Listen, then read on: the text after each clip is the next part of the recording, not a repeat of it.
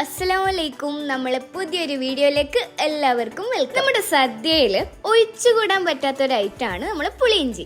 ഞാൻ സദ്യ കഴിക്കുന്ന സമയത്ത് നമ്മൾ പുളിയിഞ്ചി ലാസ്റ്റ് കഴിക്കാൻ വെക്കും കേട്ടോ.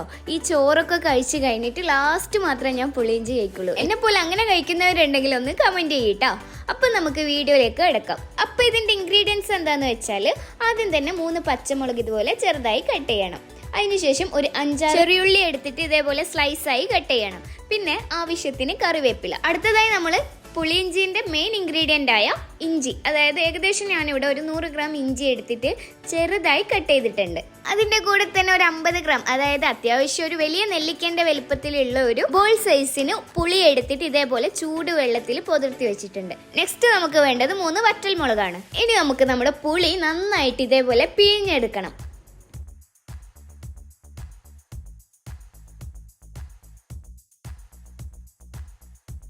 ഇനി നമുക്കൊരു അരിപ്പ വെച്ചിട്ട് ഇത് നന്നായിട്ട് വേറൊരു ബൗളിലേക്ക് അരിച്ചെടുക്കാം.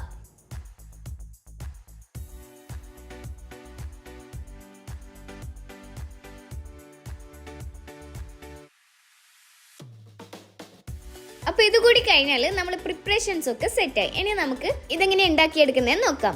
അപ്പോൾ ഇതിന് വേണ്ടിയിട്ട് ഒരു ചട്ടിയിലേക്ക് 3 ടേബിൾ സ്പൂൺ വെളിച്ചെണ്ണ ഇട്ടിട്ട് അതിലേക്ക് 1 ടീസ്പൂൺ കടുക് ഇട്ടിട്ട് പൊട്ടിക്കുക. കടുക് പൊട്ടി വരുന്ന സമയത്ത് നമുക്ക് നമ്മുടെ മാറ്റി വെച്ച ചെറിയുള്ളി ഇല്ലേ, സ്ലൈസായി കട്ട് ചെയ്തത്, അത് ഇതിലേക്ക് ആഡ് ചെയ്ത് കൊടുക്കുക. അതിൻ്റെ കൂടെ തന്നെ പച്ചമുളകും നന്നായിട്ട് മിക്സ് ചെയ്തെടുക്കുക.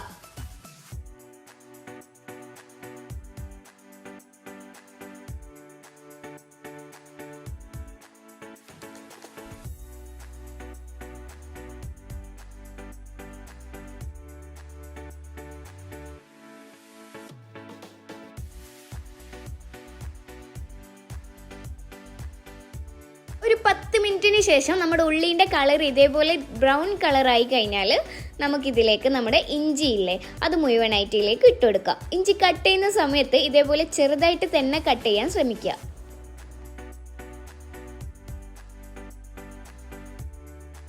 ഇനി നമുക്കിത് നന്നായിട്ട് മിക്സ് ചെയ്തെടുക്കാം.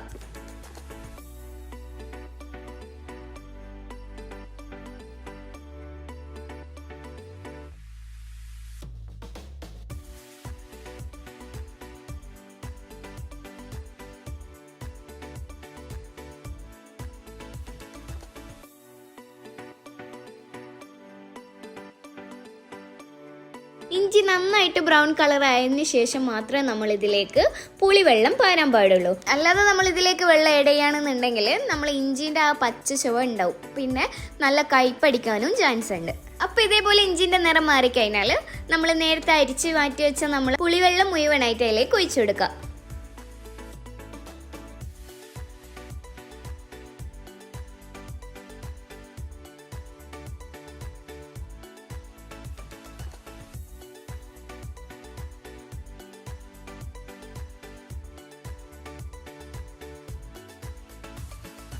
ഇനി ഇതൊക്കെ കൂടി മിക്സാക്കി ഒന്ന് തിളച്ച് വരുന്ന സമയത്ത് നമുക്ക് 1 ടീസ്പൂൺ കാശ്മീരി മുളക് പൊടി ആഡ് ചെയ്ത് കൊടുക്കുക. അതിൻ്റെ കൂടെ തന്നെ 1/4 ടീസ്പൂൺ മഞ്ഞൾ കൂടി ആഡ് ചെയ്ത് കൊടുക്കുക.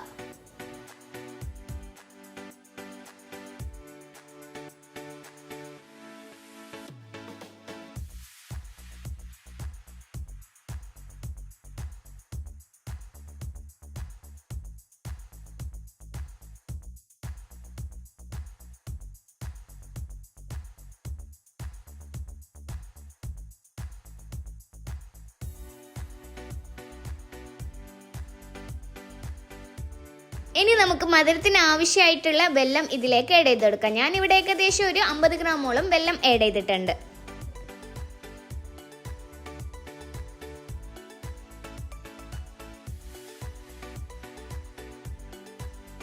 ഇനി നമുക്കിതിലേക്ക് 1/4 ടീസ്പൂൺ ഉപ്പ് ആഡ് ചെയ്ത് കൊടുക്കാം. ശേഷം 3 വറ്റൽമുളക് കൂടി ഇതിലേക്ക് ഇട്ട് കൊടുക്കാം.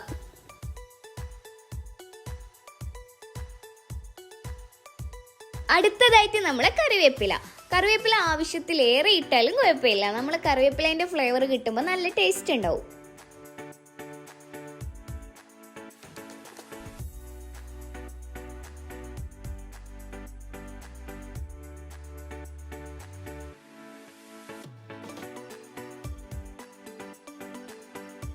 ഇനി ഇതൊക്കെ കൂടി നന്നായിട്ട് തിളച്ച് വന്നു കഴിഞ്ഞാൽ നമുക്ക് ഫ്ലെയിം ഓഫ് ചെയ്യാം. ഫ്ലെയിം ഓഫ് ചെയ്ത് കഴിഞ്ഞതിന് ശേഷം നമുക്കിതിലേക്ക് 2 ഇൻഗ്രീഡിയൻസ് കൂടി ആഡ് ചെയ്യാനുണ്ട്. ആദ്യം തന്നെ 1/4 ടീസ്പൂൺ കായംപൊടി, അടുത്തതായിട്ട് വറുത്ത് പൊടിച്ച ഉലുവപ്പൊടി കൂടി ആഡ് ചെയ്തെടുക്കുക, ഒരു 1/4 ടീസ്പൂൺ. ഇനി ഇതൊക്കെ കൂടി നന്നായിട്ട് മിക്സ് ചെയ്തെടുക്കുക.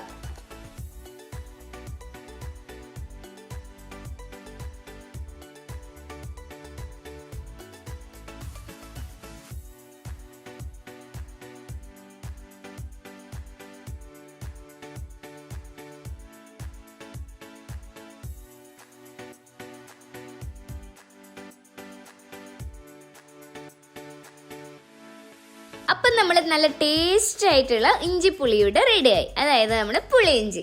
അപ്പോൾ നമ്മുടെ പുളിയിഞ്ചി ഏകദേശം ഒരു 2 മണിക്കൂറെങ്കിലും കഴിഞ്ഞതിന് ശേഷം മാത്രമേ നമ്മളിത് സെർവ് ചെയ്യാൻ പാടുള്ളൂ. പൊതുവേ ഓണത്തിന്റെ തലേ ദിവസം നമ്മളിത് ഉണ്ടാക്കി വെച്ചിട്ട് പിറ്റേന്ന് സദ്യയുടെ ഒപ്പം കഴിക്കുന്നതാണ് ബെറ്റർ.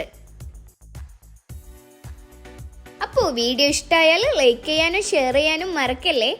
അപ്പം നമ്മൾ ഓണത്തിന്റെ നെക്സ്റ്റ് വീഡിയോ ആയിട്ട് നാളെ കാണാം. Bye bye from Koya's recipe.